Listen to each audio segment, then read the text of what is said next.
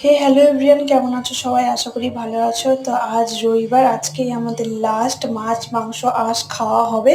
কারণ গত সোমবার ভোর থেকে শুরু হবে আমাদের এখানে কীর্তন, আর কীর্তন চলাকালীন আমরা তো কয়েকদিন নিরামিষই খাই। তো চলো কি কি রান্না করেছি তোমাদের দেখাই। তো প্রথমে ছিল সাদা ভাত, ডিমের অমলেট, আমের চাটনি, মিশানো সবজি। আর প্রথমেই যে দেখলে কালো কালো এক ধরনের মাছ ছিল, সেটা পরে নাম জানতে পারলাম বাবার কাছ থেকে, শিঙি মাছ। সেই শিঙি মাছটা দিয়ে আলু, পটল, কলা দিয়ে জিরা, আদা, লঙ্কা বেটে একটা পাতলা ঝোল করেছিলাম। আমি যখন মাছ খেতাম, এইসব মাছ তো খেতামই না, আর দেখে তো খুবই ভয় পেতাম, কারণ আমাকে এগুলো মাছ সাপের মতো একদম লাগে। তো তোমরা কারা কারা এইসব মাছ খাও অবশ্যই কমেন্ট করে জানিও। তারপর আমিও খেতে বসে গিয়েছিলাম, আর খেতে বসে তো ডিম আর আমের চাটনি দিয়ে একটা আলাদাই কম্বিনেশনের টেস্ট তৈরি করলাম।